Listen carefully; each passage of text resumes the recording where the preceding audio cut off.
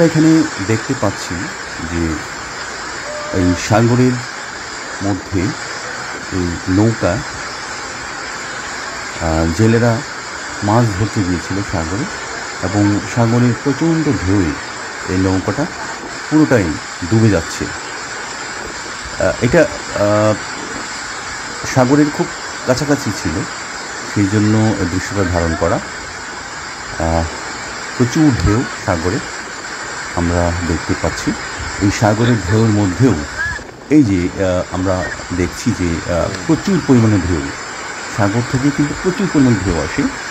বর্ষা মৌসুম, এই সময় তো আর উত্তাল থাকে সাগরটা। এই সাগরের উত্তাল এই ঢেউটাকে অতিক্রম করার সময়ই এই ঢেউয়ের কারণে এই যে ডুবে যাচ্ছে নৌকাটা, এবং ডুবে যাওয়ার পর এখানে যে মানুষগুলো ছিল তারা কিন্তু নৌকার মধ্যেই কিছু রয়েছে, আবার নৌকা থেকে কিছু লাভ দিয়ে পড়েছে। বাট নৌকাটা কিন্তু তারা ছেড়ে দেয়নি, কারণ এটা খুবই তীরের কাছাকাছি ছিল। ওই তীর থেকে এবং এখান থেকে আরও অনেক লোকজন যাচ্ছিল তাদেরকে উদ্ধারের জন্য বা সহযোগিতার জন্য। আমরা সেটাও দেখছি, কারণ তীরের কাছেই এসে তরি ডুবলো, এরকম একটা ঘটনা এখানে ঘটতে যাচ্ছে। তো আমরা সেটাই দেখতে পাচ্ছি। ওই যে দেখেন নৌকাটা ডুবে গিয়েছে, কিন্তু তীব্র এবং উত্তাল ঢেউয়ের কারণে, প্রচুর ঢেউয়ের কারণে প্রচুর পরিমাণে সেখানে গিয়েছে। এই নৌকাটাকে মানুষকে উদ্ধারের জন্য প্লাস নৌকাকে উদ্ধারের জন্য দুভাবেই তারা এখানে কাজ করছে। আমরা তীরের কাছাকাছি, একদম তীরের কাছাকাছি, সেই তীরের কাছাকাছি থেকে এই ভিডিওটা মূলত ধারণ করা।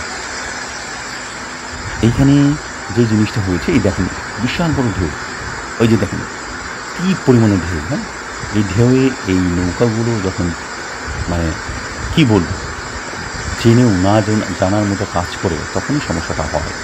তো আমরা জেনে বুঝে যদি মরণকে ডেকে আনি তাহলে কি কেমন হবে, তাই সাবধান করে দিতে চাই।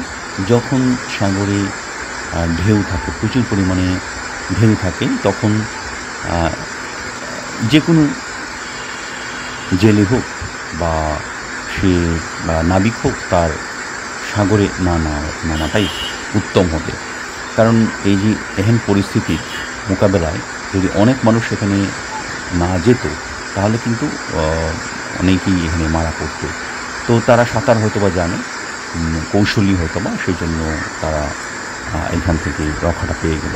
তো এখান থেকে একটাই শিক্ষা, যেটা হচ্ছে বৃষ্টির সময় বা বর্ষা মৌসুমে অবশ্যই আবহাওয়ার যে একটা সংকেত এবং প্রচণ্ড পরিমাণে যদি ঢেউ থাকে, তাহলে সেখানে মাছ ধরা থেকে এবং নৌকা চালানো থেকে আমাদের বিরত থাকাই ভালো। কপাল ভালো যে তারা তীরের কাছাকাছি ছিল। যদি একটু আরও গভীরে থাকতো, তাহলে সেখান থেকে বেঁচে ফেরাটা দুঃসাধ্য হয়ে গেল। কারণ যে পরিমাণে ঢেউ, যে পরিমাণে সমুদ্রের উত্তাল ঢেউ জীবন করে নিত। তো এইভাবেই আসলে এই যে কোনো নৌকা বা যে কোনো জাহাজ কিন্তু প্রচুর পরিমাণে যখন ঢেউ হয়, তখন দুর্ভাগ্যক্রমে ডুবে যায় অথবা সমুদ্রের অতল গভীরে হারিয়ে যায়। এই ভিডিওটা করা এই জন্যই যেন আমরা এখান থেকে বুঝতে পারি। যেমন দেখেন, সমুদ্রের একদম কিনারায় ছিল বলে তারা হয়তো বা ভাগ্যক্রমে বেঁচে গিয়েছে। যদি আরও কিছুটা দূরে থাকতো, তাহলে বাঁচার সম্ভাবনা খুবই ক্ষীণ ছিল। কারণ যে ঢেউ, এই ঢেউয়ে তাকে সমুদ্রের গভীরে নিয়ে চলে যেত, পাড়ে খুবই কম নিয়ে আসতো। তো এখানে আমরা তাদেরকে দেখতে পাচ্ছি, সকল এখানে জেলেরা আসলে মাছ ধরার জন্য তারা সমুদ্রে গিয়েছিল।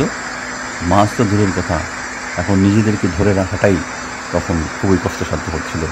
আসলে এই সাগরের মধ্যে অবশ্যই বিপদ সংকেতগুলো আপনারা মেনে চলবেন, এবং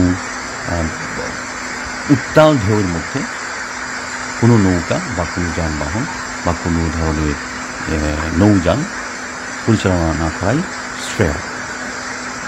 ভিডিওটা তাদের জন্য যারা সার্বক্ষণিক জেলে মাছ ধরার জন্য নৌকা ব্যবহার করেন, বিভিন্ন ট্রলি ব্যবহার করেন, তো তাদের জন্য যদি তাদের একটু উপকার আসে, সেই জন্য ভিডিওটা করা।